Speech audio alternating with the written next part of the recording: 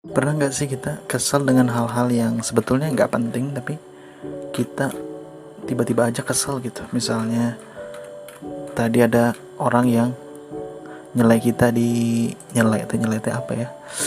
Nyelek teh mendului kita gitu misalnya. Ketika kita lagi ngantri, kita kesel. Terus ketika kita di jalan ada yang nyalip kita, kita kesel. Terus ketika teman kita ada postingan baru lagi happy atau lagi liburan gitu, kita kesel juga. Atau apapun lah ya, kita kesel. Tak pernah gak sih kita ngerasa kesel dengan hal-hal yang sebetulnya nggak penting tapi kita merasa kesel?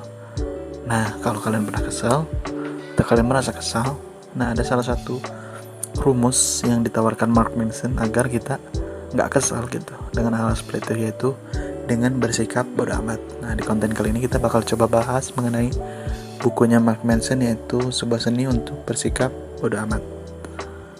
Yuk kita langsung aja masuk ke podcastnya.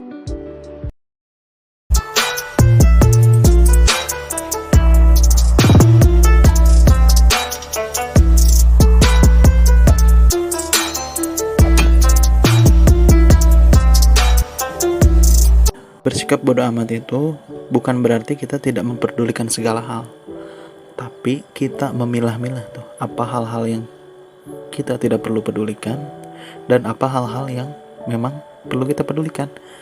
Nah, jadi poin utamanya ada di hal-hal yang kita pedulikan dan hal-hal yang tidak kita pedulikan. Jadi bukan berarti kita tidak peduli dengan segala hal gitu ya.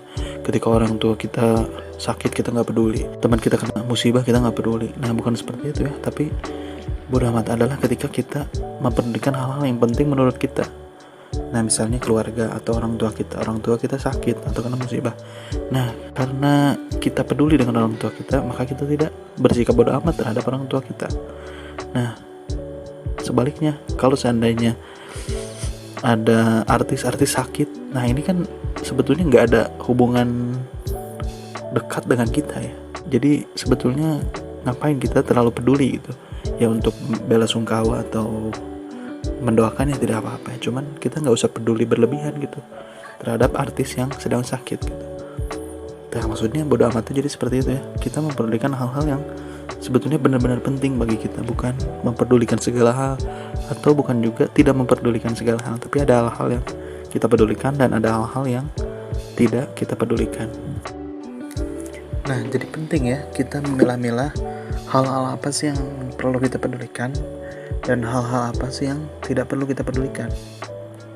Nah, terus apa aja sih yang perlu kita pedulikan sebetulnya? Nah, ini balik lagi ya kepada diri sendiri.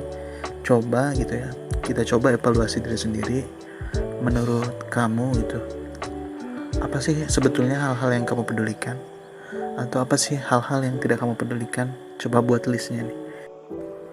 Kenapa sih bikin list ini penting? Karena takutnya kita terlalu banyak mempedulikan hal-hal yang tidak penting gitu. Waktu yang kita gunakan, tenaga yang kita punya digunakan bukan untuk mengerjakan sesuatu atau mengerjakan PR atau mungkin tugas ya, atau mungkin kerjaan. Nah, malah dipakai untuk mementingkan atau memperdulikan dan memikirkan hal-hal yang nggak penting gitu. Misalnya Lesti sama Rizky ada masalah, kita terlalu memperdulikan sampai ke bawah ke pekerjaan, terus di pekerjaan diobrolin, jadi ngegosip mengenai Lesti Bilar. Kan jadi kayak sebetulnya untuk apa gitu, padahal kan Lesti itu nggak ada hubungannya gitu sama kita, orang kenal juga nggak. Mungkin di sini yang dengar ada yang kenal ya, tapi maksudnya untuk diri saya sendiri, orang saya juga nggak kenal gitu, kenapa dibawa-bawa sih. Terus ada lagi nih teman saya gitu ya, dia tuh peduli dengan orang-orang bersikap baik kepadanya. Nah, karena dia peduli dengan sikap orang terhadap dia, ketika ada orang yang nggak baik atau nggak senyum pada dia tuh kayak, kenapa sih dia tuh, kok dia jutek sih, kok dia kayak gitu sih, pantesan dia nggak ada temannya, pantesan dia kayak gitu.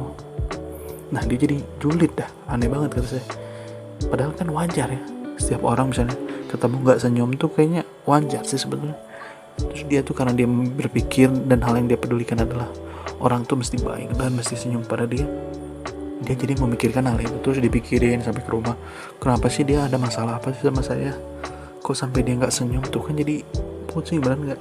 Nah yang ditakutkan kalau kita nggak bikin list apa yang penting dan tidak penting tuh, hal-hal kayak gini bisa menjadi hal-hal yang penting bagi kita padahal nggak penting gitu.